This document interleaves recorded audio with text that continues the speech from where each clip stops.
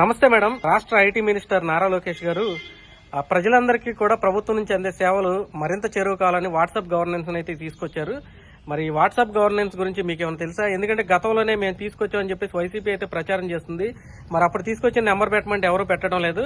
ఇప్పుడు లోకేష్ గారు తీసుకొచ్చినటువంటి వాట్సాప్ గవర్నెన్స్ ఏ విధంగా ఉంది?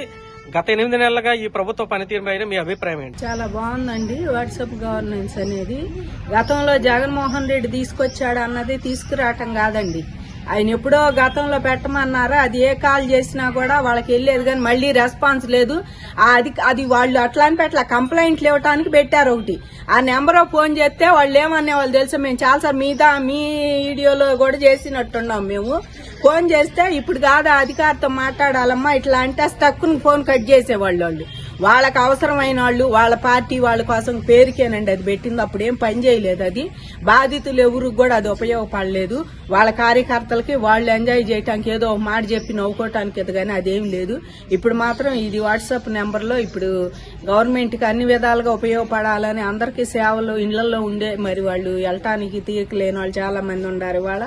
అట్లాగే వాళ్ళ మన చంద్రబాబు గారు కూడా చెబుతున్నారు కదా, వర్క్ ఫ్రం హోమ్ చేయండి అందరని. అలాగే ఇది కూడా ఇంట్లో నుంచి అన్ని సౌకర్యాలు కల్పించుకోవడానికి చేస్తున్నారు. అట్లాగే వెళ్ళిన చాట రద్దీ లేకుండా వాళ్ళు చేయలేదు చేశారనకుండా ఇక్కడి నుంచే మన టైం ఇయటం ఏదైనా చాలా బాగుందండి. మేము కూడా ఫీడ్ చేసుకున్నాము.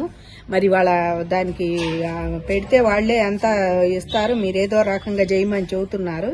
కాబట్టి మేము కూడా మా సంతోషంగా ఉంది. ఇలాంటి గవర్నెన్స్ ఒకటి మన దగ్గరకు వాట్సాప్ నెంబర్ ఒకటి రావటం చాలా బాగుందండి మాకు.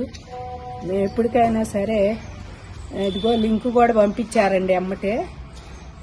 వాట్సాప్ గవర్నెన్స్ స్వాగతం, మీ సౌకర్యమే మా ప్రాధాన్యం, ప్రజల చేతిలో ప్రభుత్వం. నిజంగానే చేతిలో ప్రభుత్వం, పౌర సేవలు ఎంచుకోండి అంటున్నాడు. మన ఇష్టమైన అందులో తెలుగు లేకపోతే ఇంగ్లీష్ ఏది కావాలంటే లాంగ్వేజ్ కూడా టైప్ చేసుకోమంటున్నారు, అందరికి అందుబాటులో ఉండేటట్టు. మాకైతే చాలా ఆనందంగా ఉందండి. ఇలాంటి గవర్నమెంట్ ఒకటి మన ఇంటి ముందుకు రాదు అందరికీ. ఇప్పుడు ఏజ్డ్ వాళ్ళు కూడా బయటకు వెళ్లి సేవ చేసుకోవాలంటే తెలియదు, పిల్లల దగ్గర ఉంటల్లా. ఇలాంటిది ఒకటి వచ్చినందుకు మాకైతే ఆనందంగా ఉందండి.